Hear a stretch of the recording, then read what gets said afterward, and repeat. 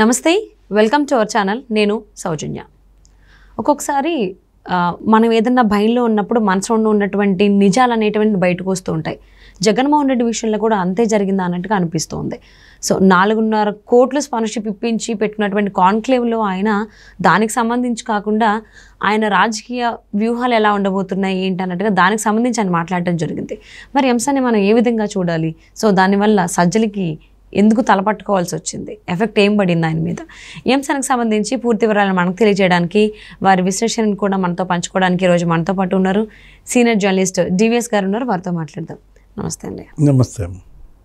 జగన్మోహన్ రెడ్డి ఓటమి భయంతో ఉండడం వల్ల మనసులోని మాటలు బయటకు వచ్చాయన్నట్టుగా అనిపిస్తోంది. ఆ కాన్క్లేవ్లో ఆయన మాట్లాడిన మాటలు చూస్తున్నట్లయితే, అంటే అది కూడా 4.5 కోట్ల స్పాన్సర్షిప్ ఇప్పించి పెట్టుకున్నారు, కావాలని వాంటెడ్లీ పెట్టుకున్న దాంట్లో.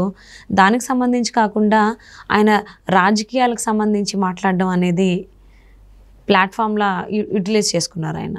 అంటే కేవలం ఆయన రాజకీయ వ్యూహాలను చెప్పుకోవడానికే కాన్క్లేవ్ని పెట్టుకున్నారా 4.5 కోట్లు స్పాన్సర్షిప్ ఇప్పించి?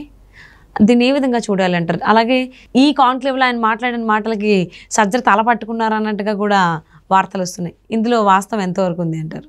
ఇమేజ్ బిల్డప్ కోసం ఇంత ఖర్చు పెడుతున్నాడు. టైమ్స్ వాళ్ళకేమో ఆ గ్రూప్కి ఒక 25 కోట్లు ఖర్చు పెట్టాడు. ఇప్పుడు ఇండియా టుడేకి ఒక 5 కోట్లు నిన్న కాన్క్లేవ్కి ఖర్చు పెట్టాడు. ఆయన ఇమేజ్ బిల్డప్ ఏమో కానీ ఆ ఇమేజ్ కాస్త అధపాతాళానికి వెళ్తోంది. ఏది వీళ్ళు బిల్డప్ చేసే ఇమేజ్ బదులు ఆయన గొంత ఆయనే తీసుకుంటున్నాడు. ఇప్పుడు నిన్న అన్న మాటలు ఎదుర్కోబోయే ఓటమి ఆయన నోటేమటే పలికింది. Even if I am step down today I will have no regrets, I will be more happy అన్నాడు. అంటే ఇవాళకి ఇప్పుడు నేను స్టెప్ డౌన్ అయినా నాకు ఎటువంటి రిగ్రెట్స్ ఉండవు. నీకు కాదు రిగ్రెట్స్ నీ క్యాడర్కి రిగ్రెట్స్ ఉంటాయి, నీ లీడర్స్కి రిగ్రెట్స్ ఉంటాయి, నిన్ను నమ్ముకున్న ఎమ్మెల్యేలకు రిగ్రెట్స్ ఉంటాయి, జనానికి రిగ్రెట్స్ కదా. నమ్మి ఓటేసినందుకు ఐ హ్యావ్ నో రిగ్రెట్స్ అంటే ఐ ఆమ్ మోర్ హ్యాపీ అంటే నువ్వు హ్యాపీయే. ఎందుకంటే దేశంలోనే సంపన్న సీఎంకి హ్యాపీనెస్ కాకుండా ఏముంటుంది? నీ జీవితాశయం నెరవేరింది. ముఖ్యమంత్రి అవ్వాలనే నీ జీవితాశయం. 5 ఏళ్ళు ముఖ్యమంత్రి అయ్యావు. నీ జీవితాశయం చంద్రబాబుని జైల్లో పెట్టావు 53 రోజులు. హ్యాపీ. అదే కదా, దానికోసమే కదా నువ్వు ఒక్క ఛాన్స్ అడిగింది. ఈ రాష్ట్రాన్ని బాగు చేయటానికో, ఇక్కడ యువతకు ఉపాధి కల్పించటానికో, పారిశ్రామికీకరణకో, ప్రత్యేక హోదా కోసమో, వీటి కోసం కాదు కదా. ఇంకా రిగ్రెట్స్ ఎందుకుంటాయి నీకు? ఏ మాటలు కేసీఆర్ కూడా అన్నాడు, నీకు గుర్తుందా? అవును. తెలంగాణ నేను కనుక ఓడిపోతే నాదేం పోయేది లేదు, నేను ఫామ్ హౌస్లో కూర్చుంటాను, ఫామ్ హౌస్లో ఉంటాను, నష్టపోయేదంతా తెలంగాణ ప్రజలే అన్నారు. నాకేమీ నష్టం లేదు, ఓట్లేకపోతే నాకేమీ నష్టం లేదు, మీరు గెలిపిస్తే కష్టపడతా, మీరు ఓడిస్తే ఫామ్ హౌస్లో పండి రెస్ట్ తీసుకుంటా అన్నాడు. ఎపిసోడ్ 2 చోట్ల ఒకటే. అవును, క్యారెక్టరే మారింది. అక్కడ కేసీఆర్, ఇక్కడ జగన్. తెలంగాణ ఎన్నికల తర్వాత కేసీఆర్ ఏదైతే చేశారో ఆ పని చేయట్లేదు, కానీ మాట్లాడిన మాటలు మాత్రం రిపీట్ చేసుకుంటున్నారు. అంటే ఎమ్మెల్యేల విషయంలో సిట్టింగ్ ఎమ్మెల్యేలకి టికెట్లు ఇవ్వకుండా ఉండడం అక్కడ ఆయన చేశారు కాబట్టి ఇక్కడ జగన్మోహన్ రెడ్డి చేయట్లేదు. కానీ మాటల విషయంకి వచ్చేసరికి కానీ యాస్టీజ్ రిలేటెడ్గానే ఉన్నాయి మాటల విషయం. ఓటమి తరుముకు వచ్చినప్పుడు నీకు పనులు ఓటమి పనులే, మాటలు ఓటమి మాటలే. మనకు తెలియకుండానే బ్రహ్మే బలికిస్తాడు మన నోటేమట అన్నమాట. ఆయన ఓటమి గురించి ముందే ఊహించి మాట్లాడేశాడు, ఈయన ఓటమి గురించి ముందే ఊహించి మాట్లాడేశాడు. అంటే ఇక ప్రజలు డిసైడ్ అయిపోయారు, జగన్ ఓటమి తప్పదు అనేది జనం నిర్ణయించారు. అది జగన్కు కూడా తెలిసిపోయింది. కాబట్టి అతనిలో ఆ నైరాస్యంలో నుంచి వచ్చినవే ఈ మాటలు అన్నమాట. నిజంగా నిన్న పెట్టింది ఏంటి? Education summit. దానికి నువ్వు పెట్టిన ఖర్చు 5 కోట్లు. నువ్వు చేసింది చెప్పాలి. నువ్వు విద్యారంగాన్ని నువ్వు ఉద్ధరించావా, నాశనం చేసావా? ఈ 5 ఏళ్లలో ఆంధ్రప్రదేశ్ ఎడ్యుకేషన్ పరంగా హబ్గా మారిందా? నువ్వు కొత్తగా ఏమన్నా అత్యున్నత విద్యా సంస్థలు నెలకొల్పావా? చంద్రబాబు ఈ విద్యా సంస్థలు నెలకొల్పాను అని చెప్తున్నాడు. పలానా చోట IIIT తెచ్చాను, పలానా చోట IIT పెట్టాము, ఐజర్ పెట్టాము, ఇలా తిరుపతిలో ఎడ్యుకేషన్ హబ్గా మార్చాను, ఇట్లా పలానా తాడేపల్లిగూడెంలో ఎన్ఐటి పెట్టాం, ఆ విభజన చట్టం మనకిచ్చిన అత్యున్నత విద్యా సంస్థలన్నీ కూడా చంద్రబాబు తెచ్చాడు. నీకు అప్పట్లో ఏంటంటే కేంద్ర మంత్రులు ఆంధ్రప్రదేశ్కి వచ్చేవాళ్ళు వరుస పెట్టి, అరుణ్ జైట్లీ, రాజ్నాథ్ సింగ్, గడ్కరీ, నీకు అదొక వరద.